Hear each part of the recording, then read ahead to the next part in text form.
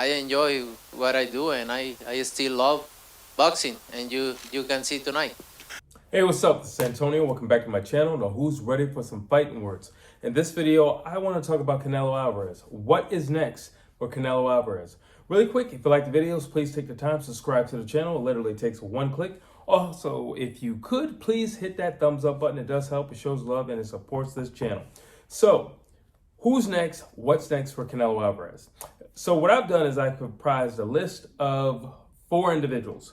And I'm going to start with the least likely to most likely.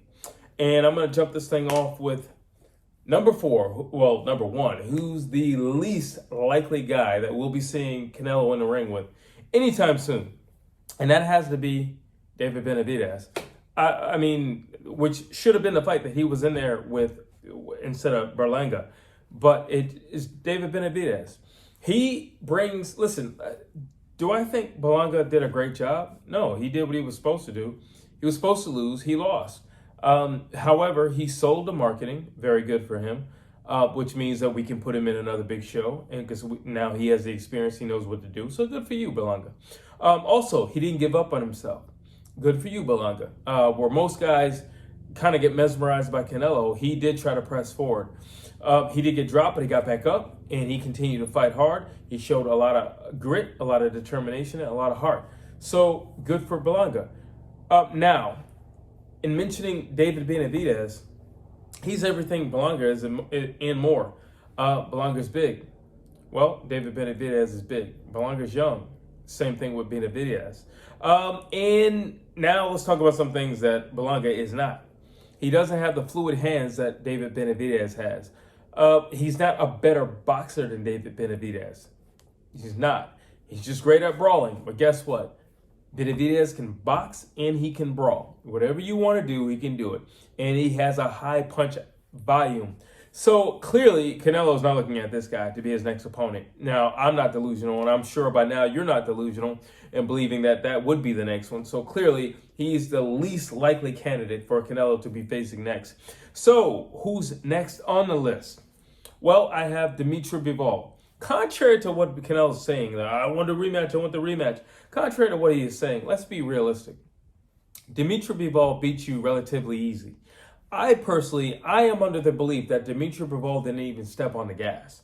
I believe if he had at least 2 more gears that he could have hit on Canelo, and he could have easily gotten him out of there. That's my personal belief. Again, high punch volume. You're talking about somebody who has great legs, knows how to move around the ring, who's not a stationary target, and very smart and sophisticated while in the ring, and has a great punch selection as well. Dmitry Bivol, not to mention he's a big dude. Dmitry Bivol. Not to mention, you're going to say, well, Canelo has a lot of experience. Not more than Dmitry Bivol. Got close to 400 fights. Not more than that guy. So, there you have it. I get it. Canelo wants the rematch. Sure. Do I believe that? Not 100%. But here's the only way that rematch happens. Let me say it like this. Dmitry Bivol is going to be taking on Arthur Beterbiev.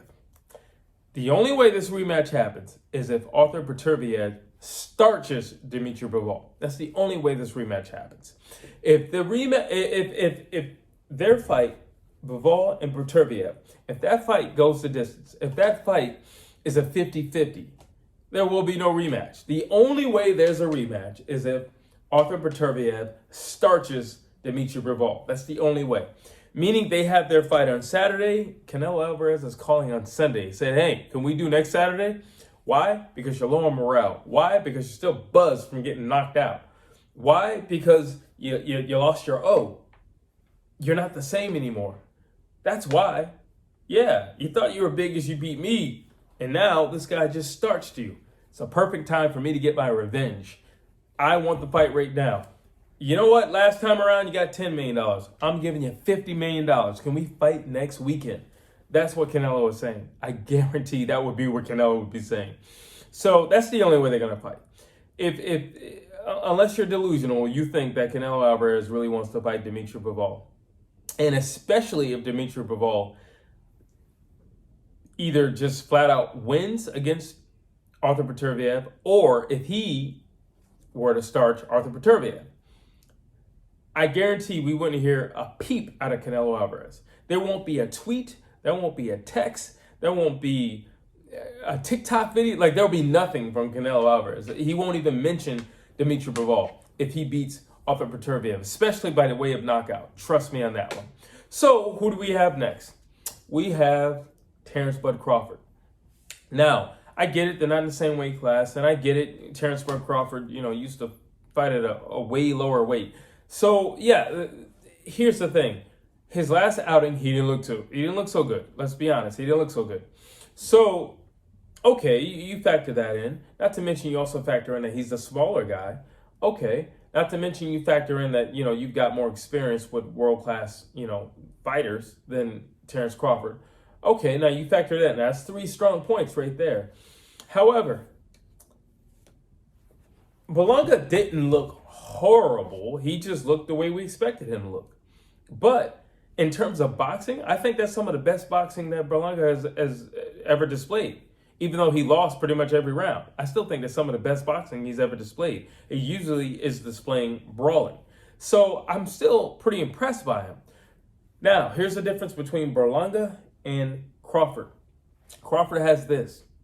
Crawford has a lot of knockouts too. Crawford's a great counterpuncher as well, just like Canelo. Crawford can lead with the left and he can lead with the right. He can switch hands and switch it at any given time. He's also playing chess the same way Canelo is. He's playing chess. Crawford is thinking 3-4 rounds ahead. So there you have it. He's just like you. And he can get guys out. If Crawford sees you hurt, he can finish you. He has proven that. If he gets you hurt, if he gets you buzzed or dazed or wobbly, he can get you out of there. So in that aspect, he is dangerous. Yeah, he's smaller than you, but he's still dangerous. Not to mention, Bud's looking like a little miniature bodybuilder right now. So he's carrying that muscle extremely well. And yeah, in his last fight, did he look 100%? No. Did he look the best he's ever looked? No. But he was eating those punches. And I think, if nothing else, that last fight showed that his chin is stronger than a lot of people have given him credit for. But keep in mind, Terence Crawford now comes by way of Turkey. And Turkey Al-Sheikh is not on Canelo's Christmas list.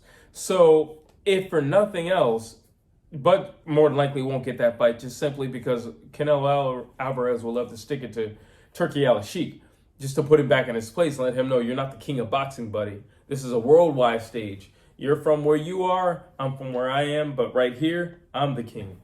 And I assume, if for nothing else, Canelo will use his draw power and his star power and just his overall power to put Turkey Al-Sheikh back in his place. Now, who's the most likely opponent for Canelo Alvarez? I have none other than Chris Eubank Jr. This is a fight that it should have happened years ago, but it didn't.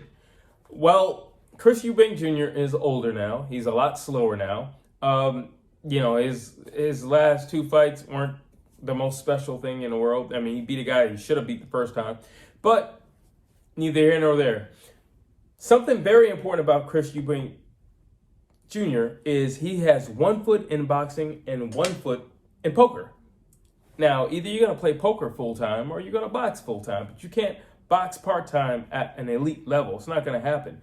And he's been gone for quite some time. So, who's the most likely person that Canelo will be facing? I'm gonna bank on Chris Eubank Jr. I think that's a great place right there. He's reputable, credible. He's a big guy. He hits hard. He's fast. But he's not really half the threat that he once was. In his prime, Chris Eubank Jr. was a beast. I mean, he's fast hands, great combinations, and he was extremely durable. And he was game. Okay? Game. This Chris Eubank Jr., he's slower. He's not so willing to exchange anymore. He looks very beatable to somebody who is as active as Canelo Alvarez. Chris Eubank Jr. is not an active fighter. Canelo Alvarez is a very active champion. He is ideal for Canelo Alvarez. He's big, he's strong, he's a power puncher, and he's credible. And he comes with that last name, Eubank, which means it will sell. Perfect. I think it's Chris Eubank Jr. That's what I think. Drop your thoughts down below. You tell me what you think.